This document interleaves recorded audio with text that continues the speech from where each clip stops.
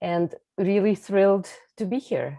It's unfortunate that we don't get to see each other in person, but hopefully sometime soon, hopefully next year's EDBT. Okay, so just sharing my screen here. Are you all able to see my slides?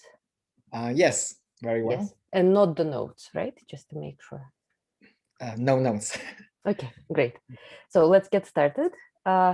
Today, we will be discussing the impossible task of comparing apples and oranges. And by that, I mean that we will be chatting about fairness and diversity in ranking. So to start, let us consider a data set of individuals being ranked as shown here in rank order and as a permutation, with item B ranked first, followed by C, etc. So we read this top to bottom. Suppose that our goal is to select 4 best qualified candidates for an in-person interview for an internship. We may return the selected candidates in ranked order, as shown here, or as a set. And if we return them as a set, then this problem is known as set selection. And that's a special case of ranking. Consider the result and note that only 1 female candidate is returned among the top 4, and no Black candidates are returned. Why is this the case? Well, the obvious answer is that their scores are insufficiently high. But why is that the case? Why aren't any minority and female candidates scoring highly enough? And here we must take a critical step, and that is explicitly state our beliefs about the societal nature of this technical problem.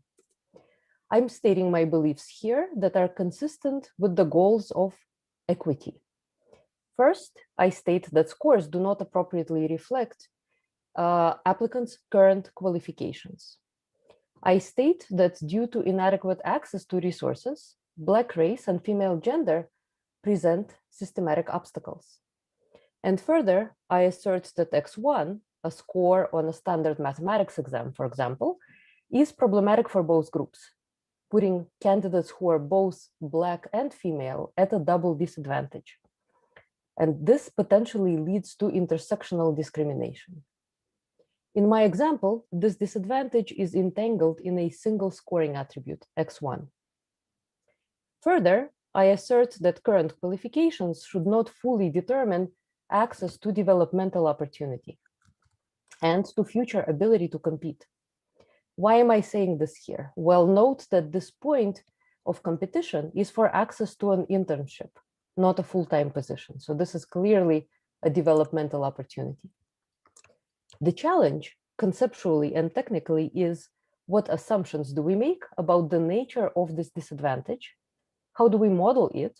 And how do we go about counteracting its effects? And the focus of our conversation today is going to be on these particular challenges.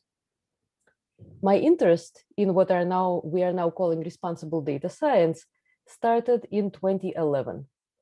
That year, I subscribed to The New Yorker, and I was working with Sihem at the time, and she showed The New Yorker to me, and I was in awe, and so I had to subscribe. And that was when I read an article by Malcolm Gladwell about the importance of rankings.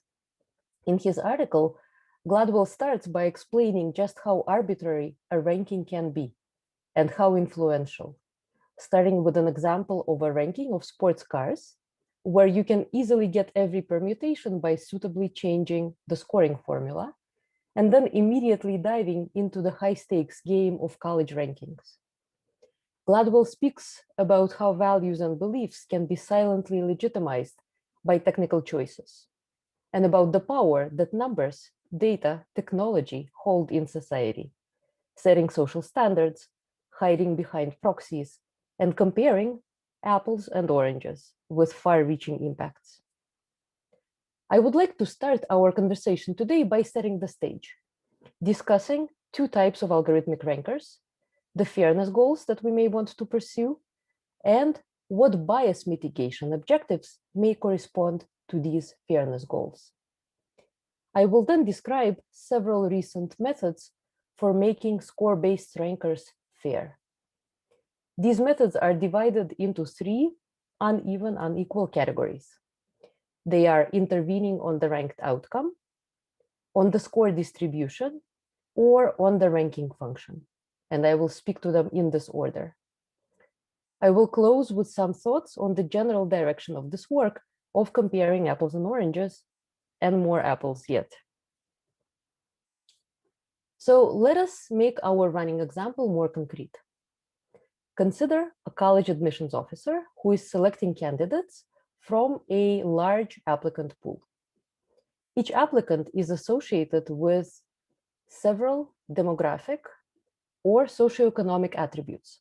We call these sensitive attributes. In my example here, these are gender, that happens to be binary in this example, and race. An applicant submits several qualification attributes. These include quantitative scores, all transformed here to a discrete scale of 1, which is worst, to 5, which is best. X1 is the high school GPA, grade point average. X2 is the verbal portion of the SAT score. SAT is the college admissions test in the United States that almost every student takes. And X3 is the mathematics portion of that same SAT test. Attribute X4 is a weighted feature vector extracted from the applicant's essay, with higher values of the weight corresponding to stronger interest in a specific major. The admissions officer uses a suite of tools to sift through the applications and identify promising candidates. Many of these tools are rankers, and they are the topic of today's conversation. A ranker takes a data set of candidates as input. This data set is described by structured features, text, or both, and it produces a permutation of these candidates called a ranking. The admissions officer will take the order in which the candidates appear in that ranking under advisement when deciding whom to consider more closely, interview, and admit. Rankers include score-based rankers that compute the score of each candidate based on a formula that the admissions officer gives, and then return some number of highest scoring applicants in rank order. This scoring formula may, for example, specify the score as a linear combination of the applicant's high school GPA and the two components of their SAT score, each carrying an equal weight. This is how score Y1 is calculated in my example, and ranking tau1 gives candidates in sorted order on that score. Predictive analytics are also among the admissions officer's toolkit. For example, multiple ranking models may be trained, one per undergraduate major or set of majors, on features X1 through X4 of the successful applicants from the previous years to predict applicant standing upon graduation. For example, based on their GPA in the major when they graduate. These ranking models are then used to predict a ranking of this year's applicants.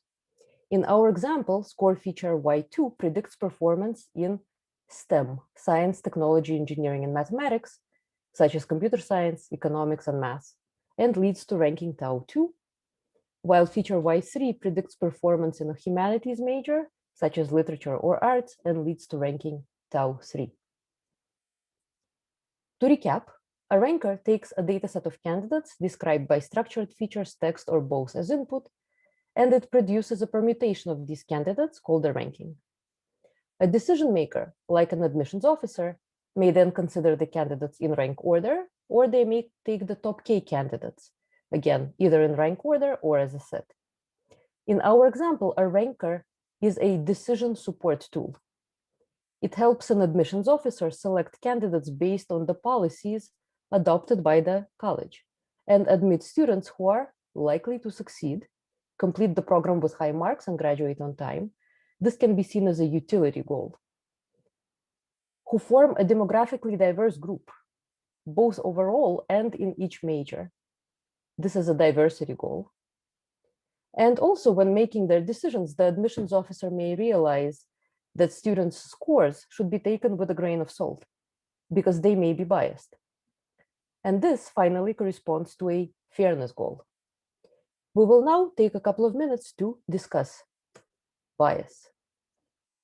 In their seminal 1996 paper, Helen Nissenbaum and Batya Friedman discussed bias in computer systems and categorized it along 3 dimensions, represented here as a 3-headed bias dragon: pre-existing, technical, and emergent. Pre-existing is a type of bias that is independent of the technical system itself and has its origins in society. For an example of pre-existing bias in ranking, consider the SAT test. College applicants in the US are commonly ranked on their SAT score, often in combination with other features. It has been documented that the mean score on the math section of the SAT differs across racial groups, as does the shape of the score distribution. For example, according to a Brookings report that analyzed 2015 SAT test results, the mean score on the math section of the SAT for all test takers is 511 out of 800.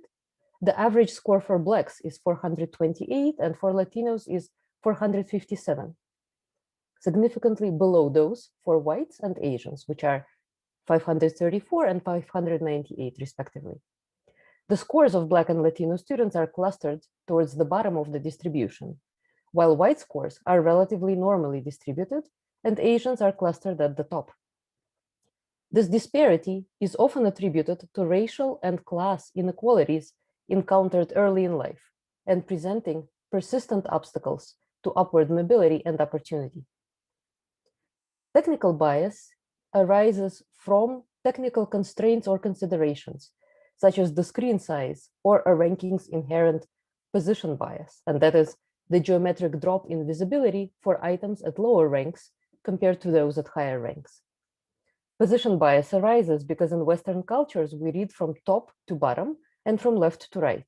And so items appearing in the top left corner of the screen attract more attention.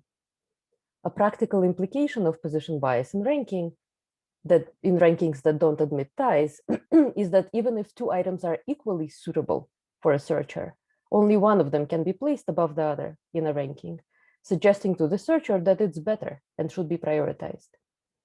Note that as all rankings carry an inherent position bias, any method that produces rankings with equalized candidate visibility implicitly addresses this technical bias.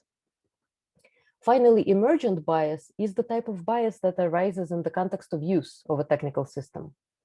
In ranking and recommendation, it arises most notably because searchers tend to trust the system to indeed show them the most suitable items at the top, which in turn shapes a searcher's idea of what a satisfactory answer looks like. These feedback loops can create winner-takes-it-all situations in which consumers increasingly prefer one majority product over everything else. And in college admissions, if a system persistently places students from the same demographic group at the top of the ranking, then this will likely shape the admissions officer's understanding of what a good candidate looks like. Today, we will speak primarily about pre-existing bias. I like to think of data as a mirror image of the world, and of pre-existing bias as distortions, omissions, amplifications, or shifts in this image. A dataset won't know whether it's distorted. It's up to a human to make that assertion and to intervene on the distortion accordingly. A dataset may be biased even if it represents the world faithfully, though. This may be the case if the world itself is not how it could or should be. For example, a dataset may signal that college applicants from families with ample access to resources and tutoring are better prepared than their peers from less affluent backgrounds. But this does not mean that less affluent kids should be denied developmental opportunities. This brings us immediately to the next point, which is, if a dataset is assumed to suffer from pre-existing bias, then how might we go about mitigating that bias?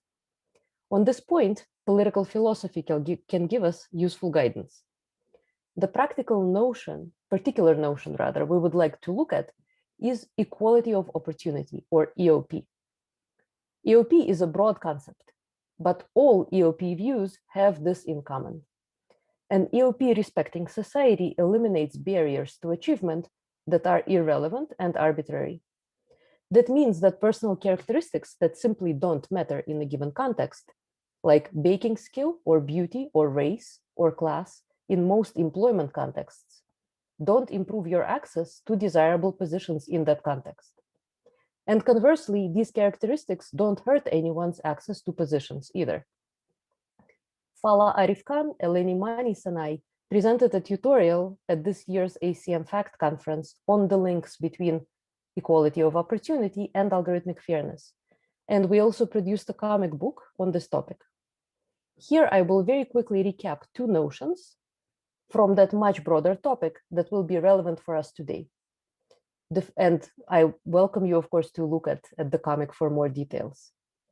The first distinction is the distinction between formal and substantive EOP.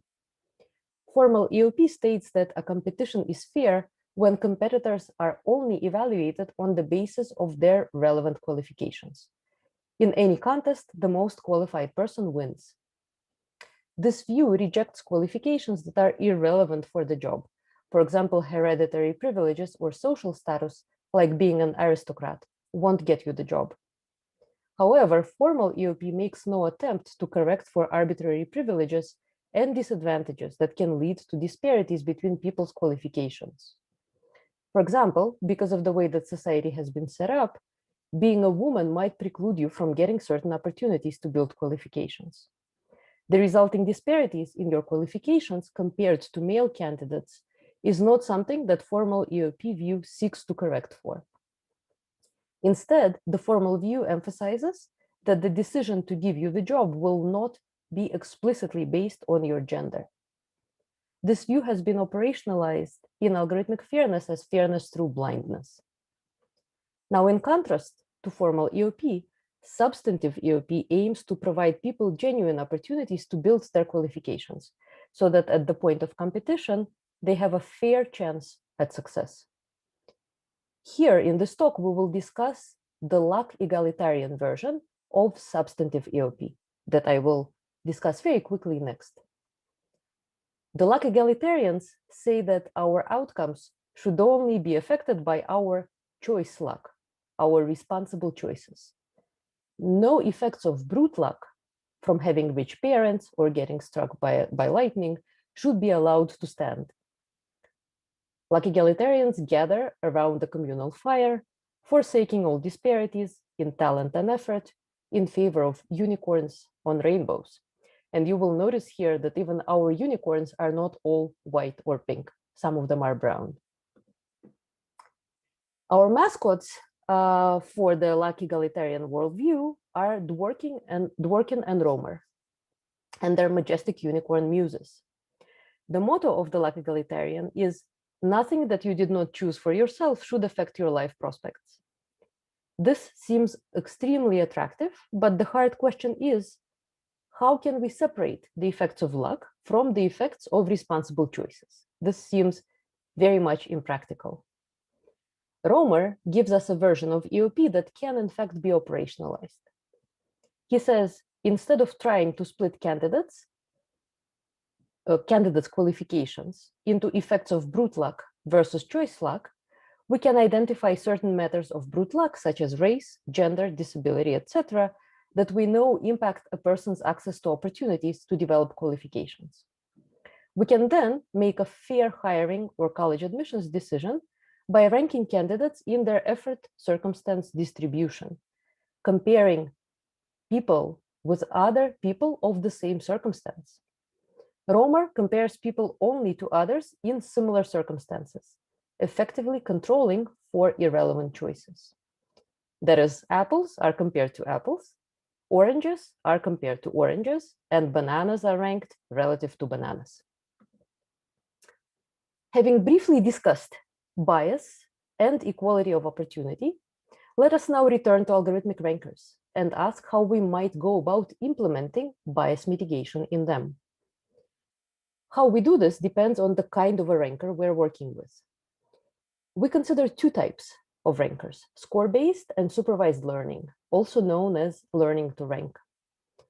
In score-based ranking, a given set of candidates is sorted on the score attribute, which may itself be computed on the fly and returned in sorted order. The functional principle of learning to rank is depicted here. A preference-enriched training set of candidates is given, with preferences among them stated in the form of scores, preference pairs, or lists. This training set is used to train a model that predicts the ranking of unseen candidates.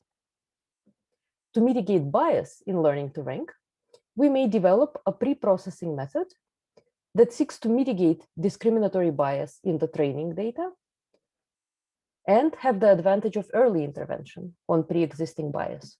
Alternatively, an in-processing method would aim to learn a bias-free model. And finally, a post-processing method would re-rank candidates in the input subject to a given fairness constraint. Our focus today is on score-based rankers. We will discuss 3 families of bias mitigation methods for these rankers. We start with intervening on the ranked outcome. This is on the far right of the diagram. We will then discuss intervening on the scores on the left. And finally, if time permits, we will highlight a particular method that intervenes on the ranking function itself, and this is in the middle. So this is our focus today. So let's jump right into our first set of interventions. Consider a ranking in which candidates are assigned to one of 2 groups according to a single binary sensitive attribute, such as binary gender, majority or minority ethnicity, or disability status. Suppose that one of these groups corresponds to the protected group, a group that has been historically experiencing a disadvantage. I'm showing 3 examples of such rankings here, Tau 1, Tau 2, and Tau 3. With protected group candidates in red, privileged in blue, and both groups appearing here in equal proportion. How might we check whether a ranking is fair? And how can we quantify the degree of unfairness of a ranking? Here we will take a simple interpretation of fairness. We want to check whether a candidate's visibility in a ranking depends on their sensitive attribute. In 2017, Kei Yang and I proposed the first, to the best of our knowledge, formalization of fairness in ranking based on the following simple intuition. Because it's more beneficial for an item to be ranked higher, it is also more important to achieve proportional representation at higher ranks. The idea then is to take several well-known proportional representation measures and to make them rank-aware by placing them within a framework that applies position-based discounts. What are position-based discounts? The idea here is simple. Here I'm giving a formula that computes, say, the utility of a top k over ranking as the sum of scores of the top k candidates. Let's say k equals 4. This value is 30 for Tau 1 at the top 4. Now I'm showing a position discounted version where we are dividing every score by log base 2 of rank plus 1 before adding it to the total. According to this metric, the utility of the top 4 of Tau 1 is 20. Position-based discounting is commonly used to quantify utility or prediction accuracy in a ranking. In a similar vein, we use position-based discounts to make set-wise proportional representation requirements rank-aware. Specifically, the idea is to consider a series of prefixes of a ranking for k equals 10, 20, etc., for example, and to treat each top k prefix as a set, to compute statistical parity at that top k, and to compare the value to the proportion of the protected group in the entire ranking. The values computed at each cutoff point are summed up with a position-based discount. Based on this idea, we proposed 3 fairness measures that differ in the specific interpretation of statistical parity that they take. They're called normalized discounted difference, normalized discounted ratio, and normalized discounted KL divergence. I'm showing the normalized discounted ratio here. At each prefix of a ranking, we compute the proportion of members of the red group and the blue group among the top k. Subtract from that their relative proportion in the overall dataset and sum up these values with a logarithmic discount. In this plot, I'm analyzing the behavior of this measure on synthetic datasets with different relative proportions of the 2 groups. They're denoted by different colors.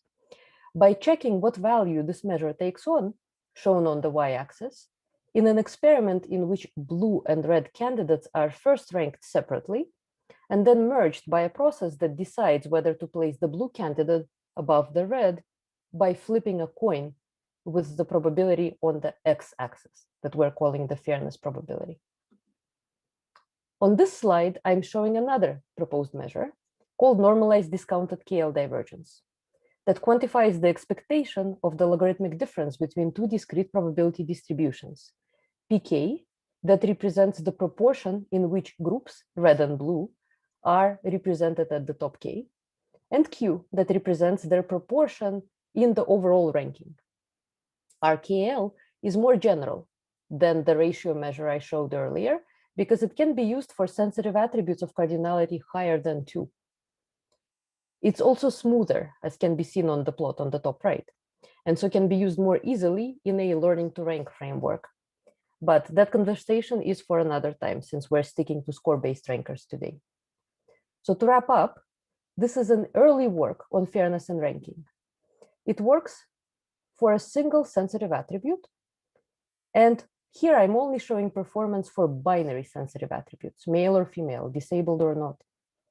The approach is designed around a relative view of effort. Candidates are ranked according to score within each demographic group. And then a ranked outcome is considered fair if the groups are mixed roughly in equal proportion when the input is balanced. Or more generally, when statistical parity is achieved at higher ranks. This links to luck egalitarian EOP that we looked at. And so I'm giving this a unicorn before moving on. So let's move forward and consider a different setup. Consider the task of selecting 4 candidates among 16 job applicants. Our goals are twofold. The first is diversity. We wish to include 2 candidates of each gender and at least 1 of each race. The second is utility, maximizing the sum of scores of the selected candidates subject to diversity constraints. This problem was proposed in 2018 by Selis, Strazak, and Vishnoi.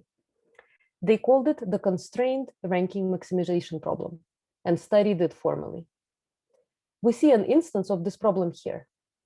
In the example shown, diversity constraints are satisfiable. I'm denoting the selected set with pink check marks. However, as was shown by Selis and co-authors, this problem can be seen to generalize various NP-hard problems such as independent set, hypergraph matching, and set packing, and so it is hard in the general case. It turns out that even checking if there is a feasible ranking is NP-hard. The authors show that a special case of the problem, in which each candidate is assigned to at most 1 group, and so the assignment introduces a partitioning on the set of candidates, can be solved in polynomial time. And it's clear intuitively how to do this. The authors also investigate approximability under different assumptions about the sensitive attributes, the diversity constraints, and the properties of the utility metric that they use. Note that this example is deliberately constructed to highlight disparities in scores due to pre-existing bias on gender and on race. All male candidates are ranked above all female candidates of a given race, and all whites are ranked above all blacks, who are in turn ranked above all Asians. For this reason, imposing diversity constraints leads to a substantial drop in score utility. The unconstrained set of candidates, the top 4, that includes A, B, C, and D, would have a total utility score of 68, while the set that I selected with pink check marks has a score of 53. But our problems don't stop here. If we consider the selected set more closely, we observe another issue, and that is we picked the best according to score white and male candidates A and B, but we did not pick the best Black, Asian, or female candidates. This example, again, was constructed to highlight that if some population groups have systematically lower scores, then it costs less to skip their best scoring members in the name of diversity. This runs contrary to the nature of the diversity objective itself, which is to equalize access to opportunity. And so what might we do? This represents unfairness under our belief system that is made up of the following statements. We may take a relative view of effort and assert that scores are more informative within a group than across groups. Further, we may assert that it is important to reward effort. Taken together, this once again suggests the lack egalitarian conception of equality of opportunity. Now that we've phrased our beliefs, we can come up with an intervention.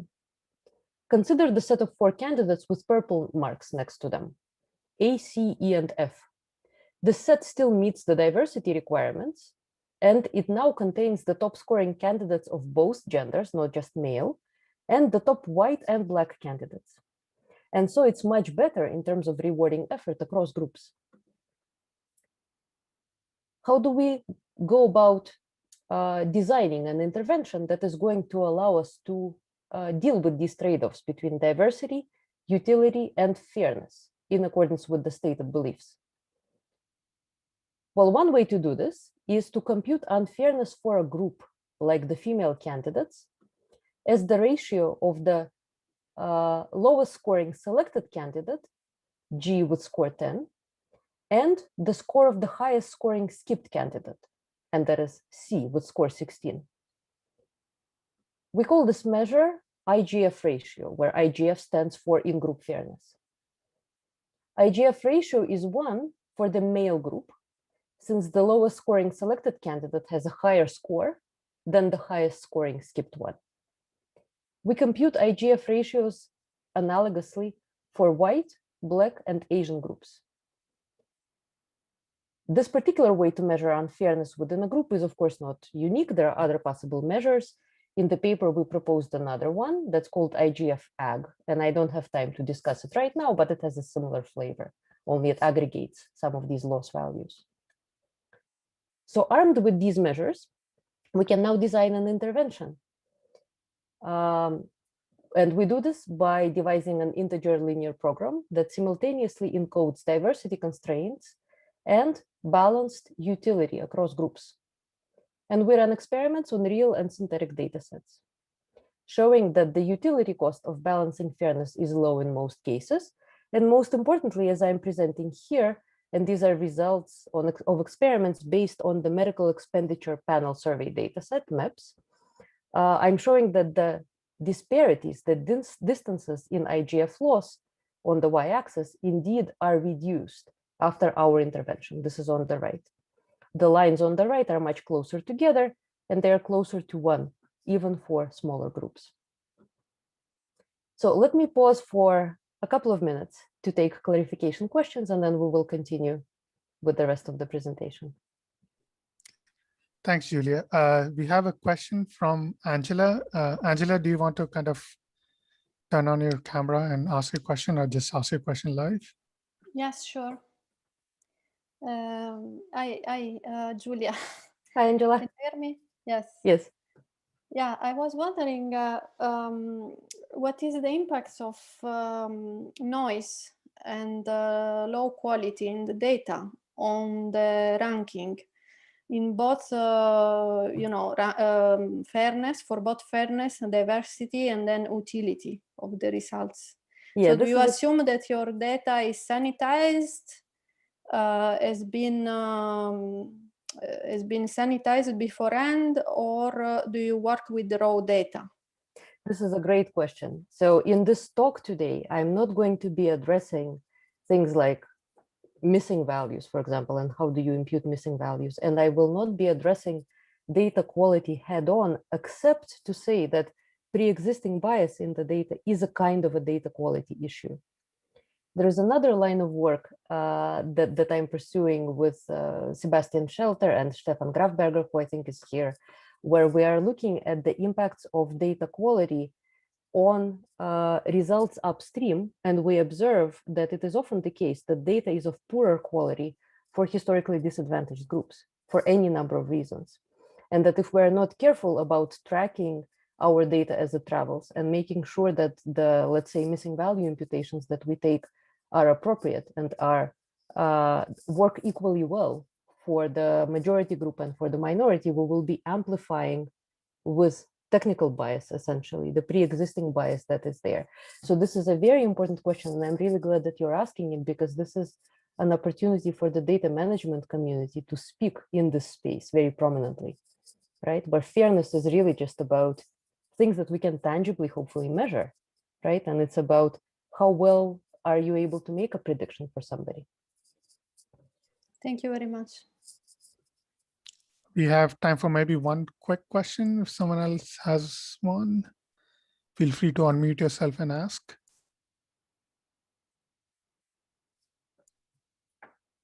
And I'm also going to be happy to stay after the talk for as long as people like. All right, so maybe people will warm up towards the end. So why don't we continue, Julia, and then we'll Okay, take sounds questions great. at the end. Sounds great. All right. So you can still see my slides, right? Okay. So we're moving now to another set of interventions, and these are intervening on the score distribution. So far, we considered several methods that intervened on the ranked outcome with the help of representation and diversity constraints that I discussed. And now we will discuss a method that, while still intervening on the outcome with respect to a given data set of candidates with whatever their scores are, take a step towards analyzing the score distribution of the candidates. And so it will move us into the next category. And here we need to consider the task of hiring a job applicant. Our goal is to hire a candidate, a single candidate with a high score. And we have to do this in an online or streaming setting. Candidates arrive one by one. Their score is revealed when they are interviewed. And you, the decision maker, have to decide on the spot whether to hire them before interviewing the next candidate. So here's how that works. You're interviewing people and their scores are revealed, and the higher score is better. And the question is, at what point should you stop your interviewing process and make a call to actually hire someone? You may assume that the number of candidates is known ahead of time, that's 6 in my example, and that they are arriving in an order that does not depend on their scores. This, of course, is the famous secretary problem. Stated more formally, the goal is to pick one element of a randomly ordered sequence to maximize the probability of picking the maximum element of that sequence. The provably optimal strategy is as follows. Consider and reject the first S candidates computed as the floor of n divided by the number e, 2 in my example. Record T, that is the best seen score among the first S candidates. In our example, that score is 4. This first part is known as the warm-up phase. We use it to get a sense of what a good candidate looks like in our pool. During the warm-up phase, we don't hire anybody. But as soon as we're able to produce this estimate, T equals 4, we're going to hire the next candidate we see whose score is better than T. And so in our example, the end of the warm-up phase is at 1, T is at 4, and we hire candidate with score 5. So we did pretty well. This is the second highest scoring candidate in our sequence. We now continue with the online setting, but consider a different question. And that is, how might we go about selecting 3 candidates with at least one of each gender, male or female, blue or pink? And as before, the goal is to maximize the total score of selected candidates, subject to the diversity constraints on gender. So in my example, I will first interview a bunch of candidates, and then I will decide that the blue 7 looks good, while the pink 3 does not. This is the end of warm-up, and then I will hire the blue 8 and 7. I will forego the pink 4 and the pink 2.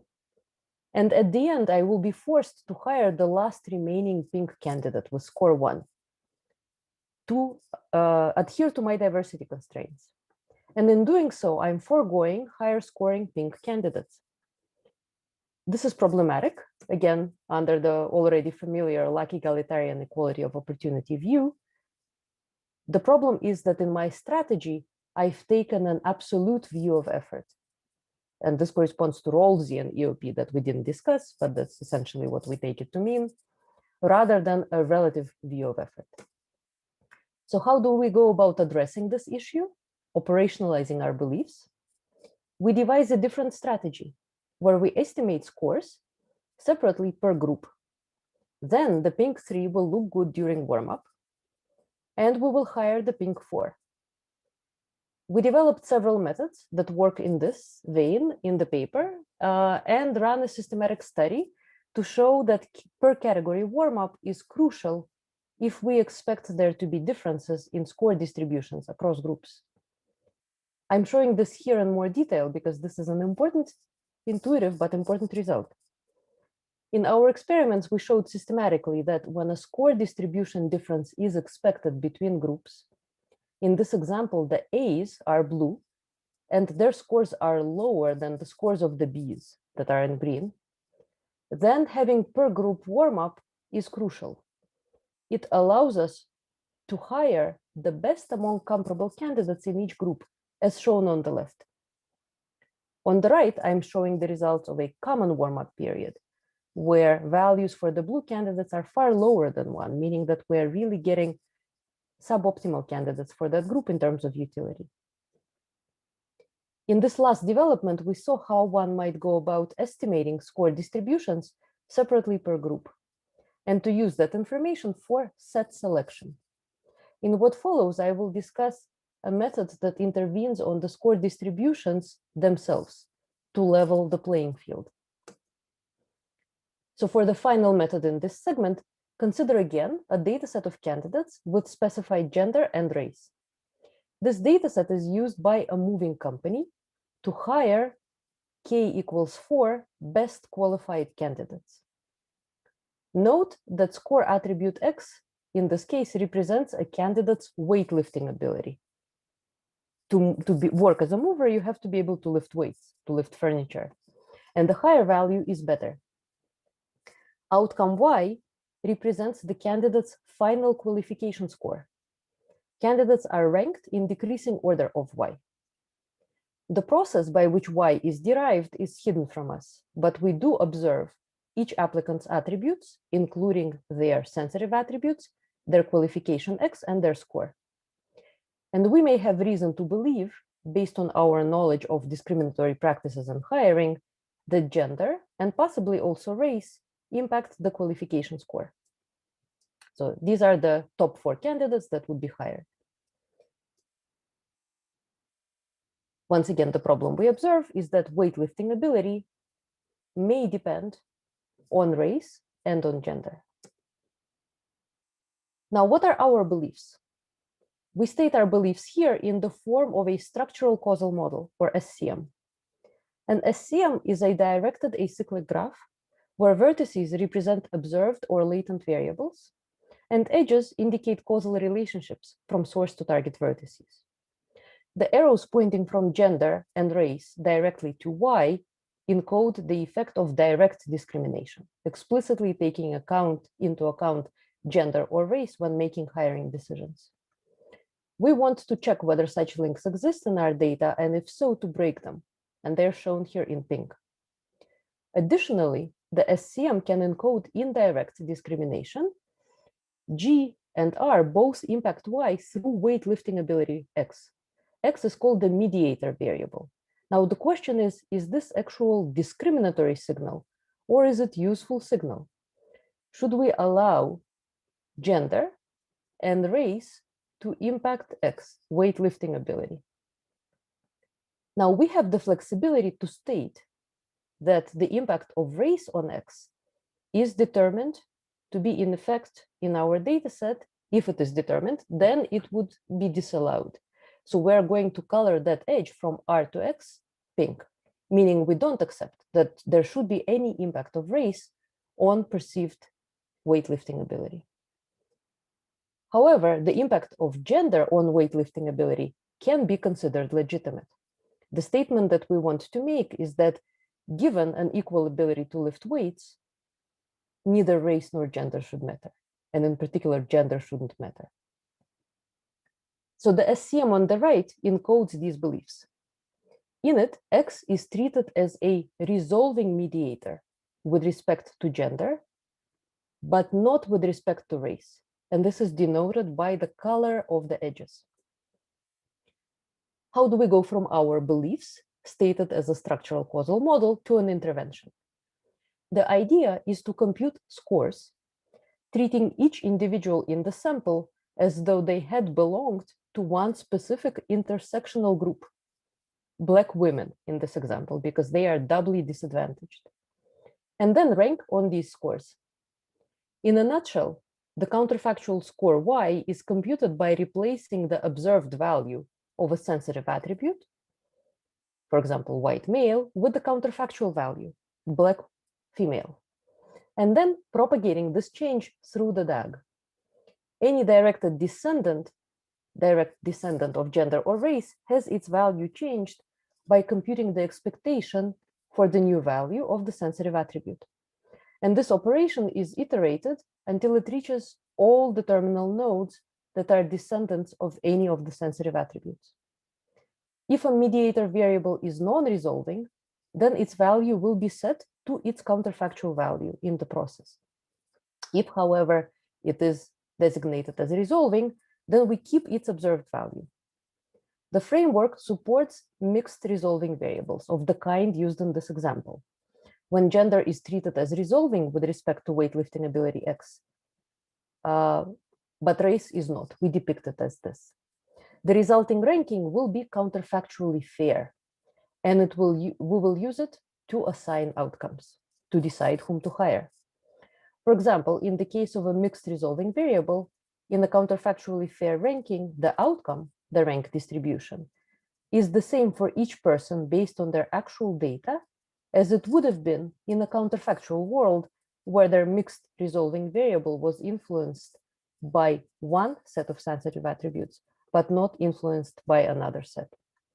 For intuition, you can imagine that all individuals in the data set who have sufficient weightlifting ability, whether they are men or women, white, Asian, or Black, will look like Brienne of Tarth from the Game of Thrones, only darker, like in the image here.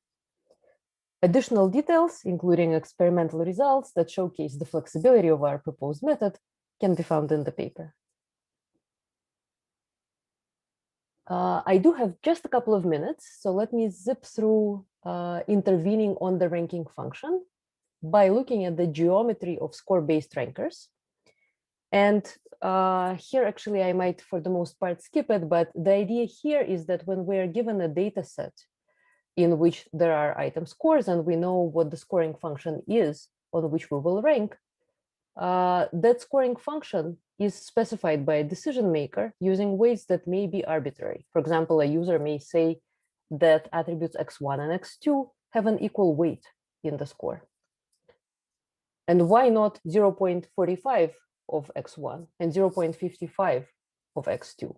This choice is more or less arbitrary, but there can be very significant differences in terms of fairness that a particular ranking function produces.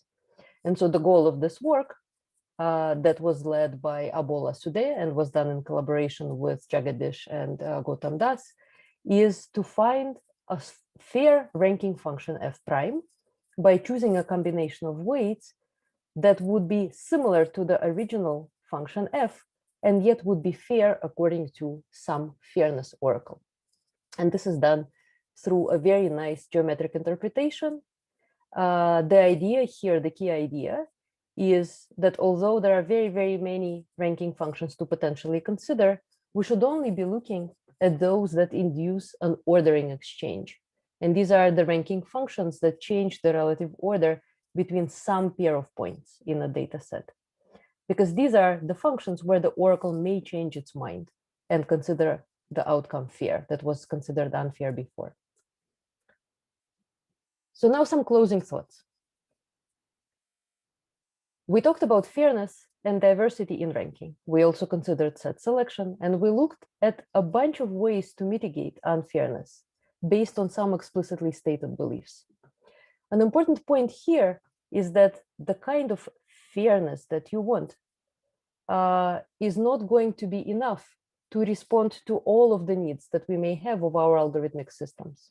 And I'm depicting this here by saying that an answer to what is fair is in many cases what it is that we can make transparent about the particular data set that we have, the ranking function that we have, and the overall context of use of the system that we're considering. So in response to this need to enable transparency and explainability in rankings, we have been developing tools that we call nutritional labels. So I'm showing here a particular nutritional label called Ranking Facts that was built by my talented student Kay Yang in collaboration with several others listed here, and that presents ranked results to a user, a decision maker, or somebody being affected by these results in the form of visual widgets that contain a recipe explaining what the scoring function is in this case, the ingredients explaining what actually mattered for the ranked outcome. And it also quantifies fairness in several ways and stability over ranking. Stability is an important property that also has been considered just very marginally so far, and that essentially talks about how much of a change do we expect in a ranking if the data set changes a little bit, or if the ranking function changes a little bit. Will the ranking completely reshuffle, or will it stay more or less stable? Nutritional labels are one of my favorite paradigms. I think that we should be building nutritional labels to respond to interpretability and explainability needs of a variety of stakeholders. An idea for a nutritional label that is something that is consumer facing, that a job applicant might see, is one that is comprehensible, short, simple, and clear, consultative in that it provides actionable information about what a job applicant should do to improve their chances of being hired or to challenge the process. Labels should be comparable, implying a standard, allowing us to compare, in this case, algorithmic rankers or selection procedures across the board. And because these rankings are usually computed at the end of complex processes where data is collected, pre-processed, and only then fed to an analytic device like a ranker, they need to be computable, incrementally constructed on the fly. And I think that this idea gives ample opportunity to the database community to choose some problems to work on in this space. There's quite a lot of regulatory activity around disclosure, and also disclosure that concerns rankings in the European Union and in the US. But this is also for another conversation. And so I'm, of course, more than happy to discuss this during Q&A. I'm showing here a bill that is being negotiated in New York City right now that promises to provide disclosure to job seekers, telling them how they were evaluated by tools, many of which include algorithmic rankers. I'm going to skip this. This is very interesting work by Abola Sude, where he designed a geometric method for reasoning about stability of rankers and for designing rankers that are more stable. Now, just if I have another minute, I think I'm running out of time, a couple of closing thoughts here. And these are questions that we should be asking when we're working on research projects are, how do we select or design a fairness or diversity metric? And to answer these questions, we need to start by thinking about what values and beliefs we want to encode into these processes. And also, what are the legal and practical contexts of use? In the particular case where I want to use my algorithmic ranker, is it actually allowed to specify counts, minimal counts of the number of individuals that I should be admitting by demographic group, for example? Is it allowed for me to be changing something about the ranked outcome once the bulk of the process has already transpired? How do we show that our methods work? With which methods should we compare our methods for fairness enhancing interventions? Should we just be looking up all methods that claim to be making rankings fair and comparing against them experimentally? I think we need to think very carefully about what assumptions and beliefs these methods are based on, and only be comparing comparable methods to each other. What data sets should we experiment on when we want to show to ourselves and to others that the proposed methods work? There's a tendency to use essentially every data set that is available and that seems to syntactically be appropriate for a ranking task to evaluate its performance. But I think that that's also not very principled, because when we talk about data, we understand that data was collected with a particular task in mind. And so when using data sets for evaluation, we need to check whether in fact that task that they were collected for is in any sense appropriate for our evaluation goals. And then finally, when we publish results, of course, we need to be upfront about the limitations. In work on algorithmic fairness, in ranking and otherwise, it's unlikely that we will find a solution to rule them all. It's unlikely that we will find an approach that's going to be universally applicable. So we need to just be upfront about this and state what the limitations are and what are some potentials for misuse. So this is a kind of a joking way for me to give you tenets of how to work on fair ranking. We had a survey published just yesterday, timed explicitly to be released for this keynote. And so if you would like to find out more about the papers that I discussed today, as well as many other papers that I didn't get to touch on that are in information retrieval, and look at fairness in ranking and also in recommender systems, please take a look. This paper was co-authored with the very talented Kei Yang, who is my PhD student, is brilliant and participated in much of the work that I discussed today and is graduating this year, and with Mike Zelike, who has been working on fairness in ranking in information retrieval and is also graduating this year. Others who I had the pleasure of working with are Abola Sude, Jagadish, Josh Loftus, and Vasilis Katselis. Thank you very much. And of course, the graphics are by the wonderful Fala Arif Khan, who is depicted here on the left. I thank Julia for a very nice talk.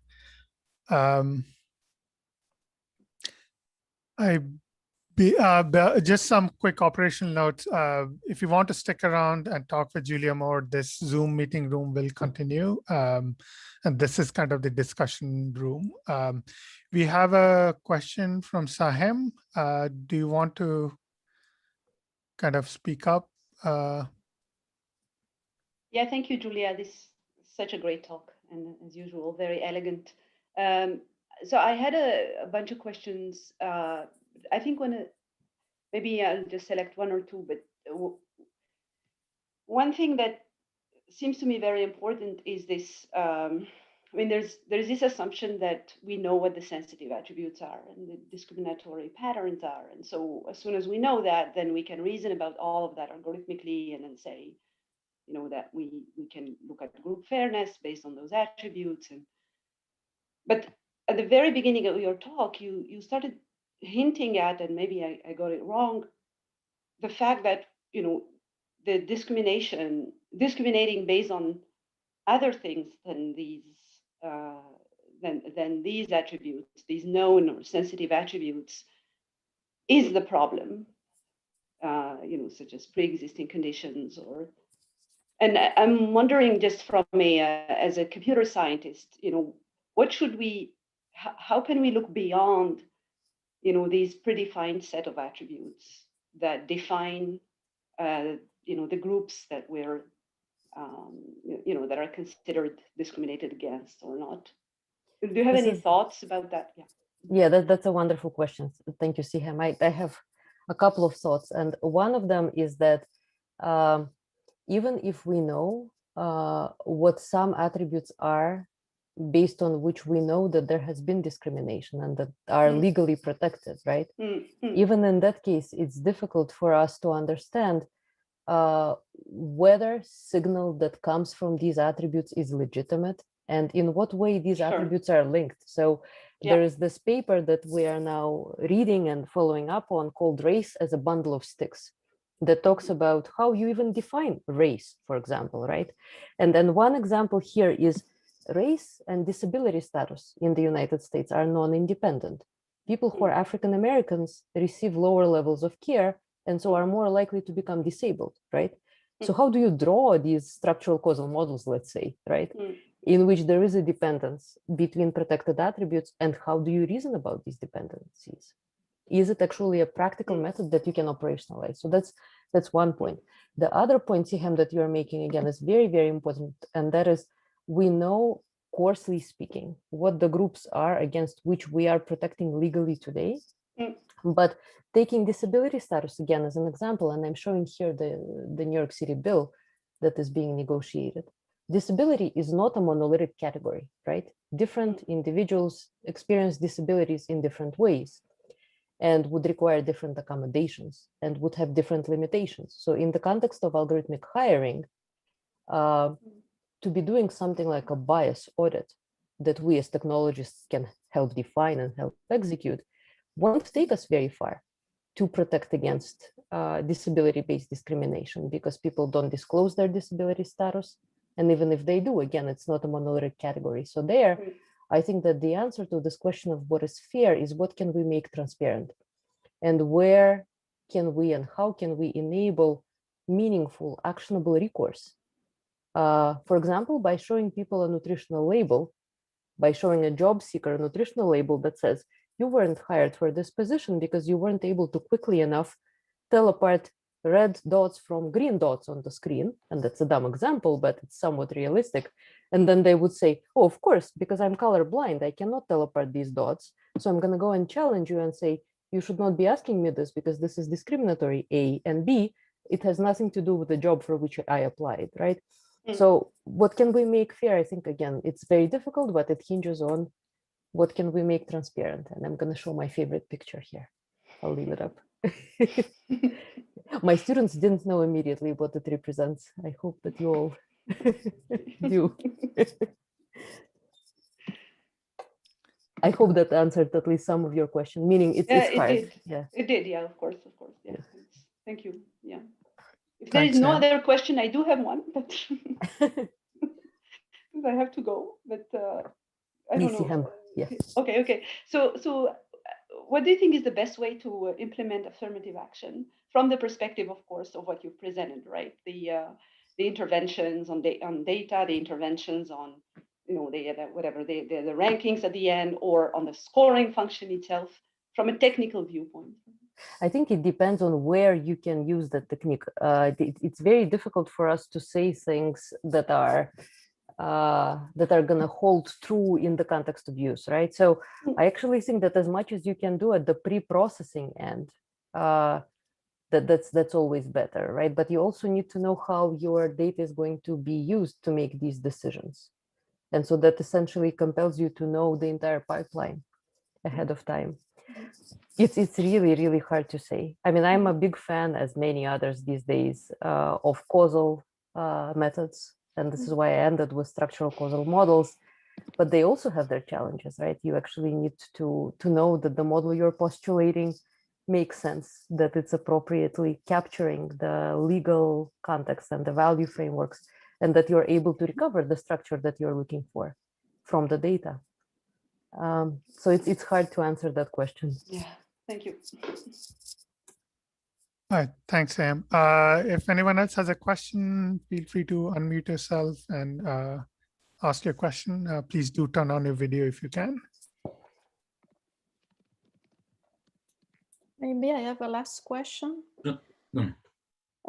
So, Julia, I was wondering, how do you evaluate the results of systems ensuring fairness and diversity? So, are there any benchmarks helping to do the assessment, or this is based on more or like on, manual assessment? You define what you would expect as a result. So how do you evaluate? So do you take a smaller data set and you assume you have done the work on this small data set, and then so I was wondering, how do you evaluate them? Yeah, so this again is a great question, and it's a difficult one. And we speak to this to some extent in that survey that was just released. I think there is a link in chat. So there are data sets that people have been using, in particular in fairness and diversity in ranking that I've been speaking about today. And every paper has been using whatever collection of data sets that they've decided to use. So we've cataloged all of these. We've explained syntactically what they contain, what are the sensitive attributes, what is the scoring function that you could use, what was the task that the dataset was collected for. And there are also some efforts in which we participated, and as well as others, to create synthetic benchmarks that would be able to emulate situations like something that you would expect if your data were generated with the help of a structural causal graph that you postulate, for example. But a lot of work is needed there. A lot of systems work is needed there to help us understand really how to benchmark these tasks. And again, when we benchmark them, the statement that we make is with respect to that particular algorithmic box, right? We're saying my expectation is that if my task is to select candidates based on qualifications, but to not be picking up any signal that comes from protected attributes, I'm doing that at the output. But we still have to be very conservative about the statement that we make about the fairness or diversity or appropriateness of the larger system, automated decision system that uses that box, right? So it's an urge we have to resist very, very strongly. Thank you very much. Panos, you can go ahead. Thank you. Julia, great talk. Thank you very much. Nice to see you. Nice to see you too. So let me ask you a kind of practical question. I don't know if you are involved in admissions as I am. And this year we decided to go away from GREs and SATs. But now the big challenge is how can we come with these nutrition attributes to evaluate and come up with ranking, while we are stuck with the standard application at this point. I don't know if you have some thought on that or if you have experienced this challenge. That's, again, a very, very nice and very important question. We also are moving away from GREs, and I think that that's a really good decision to be making. But then, as you're saying, the question remains, what are the actual qualifications and attributes that we think will give us useful signal, especially when we're trying to compare people who are coming from different backgrounds. Like in the US, of course, we have people from all over the world. We're not going to know the standards at the particular schools where they went to undergrad, for example. So how do we admit them? So I've been involved in thinking about how to create nutritional labels for algorithmic hiring rather than college admissions or graduate school admissions. So it's a different domain, but I think that the same intuitions to some extent will translate there. And the move that we are hoping to make in algorithmic hiring, in the oversight of algorithmic hiring tools, is that there has to be a nutritional label attached to the job ad that says, here are the qualifications that everybody needs to have. And these are qualifications that you can check, right? Now, again, with students with developmental opportunity, it's harder. But if there's a qualification for a job, like this is a certificate or pass this test and this is the score that you should have those before you apply. And then beyond that, when you are evaluated, a nutritional label will be attached that says which actual signal is being picked up from your application. And my hope, at least, is that essentially everybody, if we're able to define concrete requirements and characteristics, everybody who passes that screen, from that point on, we just do stratified random sampling to check our diversity constraints, because any other signal that comes through is going to be arbitrary at best. So the difficulty is coming up with these criteria, right? And maybe in college admissions and school admissions, it is about stratified random sampling. I agree. That's why I asked that question. Maybe this is something to think about, maybe collectively, because, you know, all of us, so far we jump on the bandwagon of GREs and SATs, and we make all these judgments, even though that we are well aware that there is a lot of bias, as you nicely articulate. So maybe this is something to think. Sihen maybe is here, that the DNI effort should consider coming with this application or nutrition labels for admissions and collectively. That's a great idea. So the main point there with admissions is that it would be very important to look at the actual data sets and processes, right? And as you know, at least in the US, admissions offices are very secretive about the processes and the data, maybe for a good reason, maybe for a less good reason, right? They're worried about being sued. So if any of us have access to the right people, to the right data, I think it would be very much a worthwhile thing for our community to work on. Hopefully we can start with the graduates that admissions that they are mostly controlled by the department. By our departments, yeah. Yeah, so I have access to those. I don't have the undergraduate, but that is something that I'm currently struggling, as I said, because we make the conscious decision to go away from GREs. And we want to continue to be fair. Thank you so much. Great talk. Thank you. Thanks. Does anyone else have a question? Then you can go ahead, unmute yourself.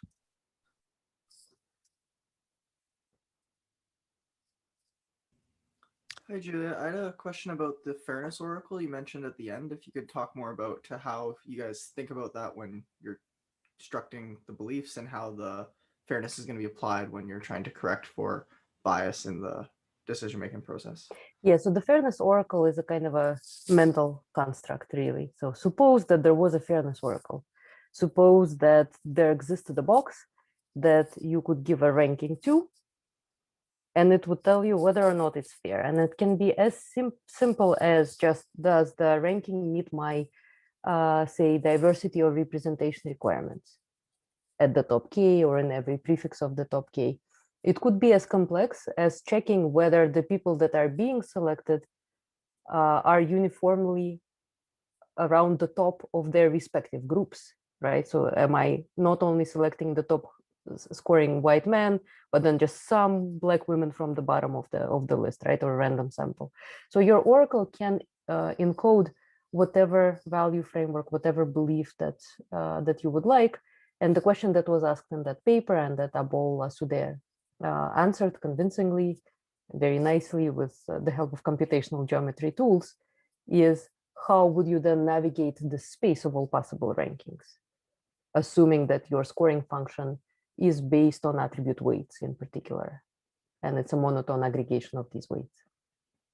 But yeah, this is basically just pushing it under the carpet, right? That carpet now is the fairness oracle box. Thank you. Any other questions?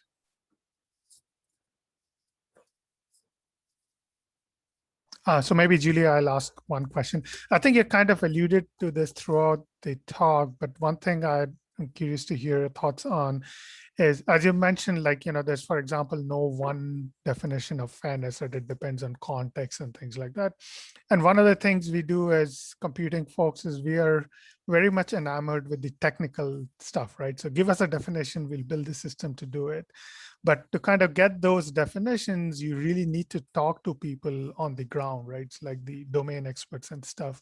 Could you talk a bit more about like the importance of that step? Like, so, you know, kind of being humble enough to be able to go out and ask, like, what is it do you need? Not like kind of saying, here, I have a solution. How will you use it in your application?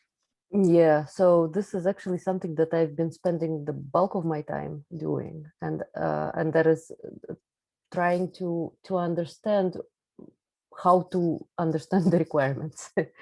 And the reason that this is difficult is that there are very many stakeholders here that need to be involved in the design of these systems and the design of the fairness objectives, and ultimately in understanding how do we trade off particular types of objectives against other types. And these don't have to be these sort of formulaic representation or diversity objectives. They can be something that is much more utilitarian, like make sure that the prediction accuracy is comparable across groups, or make sure that your data is representative of different groups somehow in equal measure. And the reason that this conversation is difficult is because we, of course, kind of are in the middle of this, right? We are the technical people. We understand how technology works and what an algorithm can and cannot do, let's say. Then there are the policymakers who understand, hopefully, presumably, how society should run and how resources should be distributed. And this is an understanding that they have that is quite formulaic, as a matter of fact. They also are thinking about things kind of as programs, really, step by step, right? But they don't understand how technology works. So part of the difficulty is for us to go and understand how processes work in government or elsewhere where there is a resource distribution. And I've been, and this may be hubris, I've been thinking that it's easier for me to understand what they do than it is for them to understand what I do, because their papers are written in English and ours are written in math. And so that takes a lot of effort. But then another piece here that is extremely important and that everybody talks about and very little has been done because it's very difficult is educating actual members of the public about technology, data, and these days all of this is called AI, right? So we go and we talk to members of the public explaining that a machine cannot do what you mean, so that when time comes for us to show nutritional labels to them, job seekers, let's say, they would actually understand the meaning of calorie, in quotes, right? And be able to respond and meaningfully react, challenge, accept, build trust, or help us rebuild these processes, help us understand what should be explained, what are some of the harms that they are experiencing that we may not know because we don't have the same lived experience, right? So education here is an important piece that's missing. And we've been working on that as well. I'm happy to paste the link here. We are about to release a public-facing course called We Are AI that is going to run through public libraries. It's starting with the Queen's Public Library, but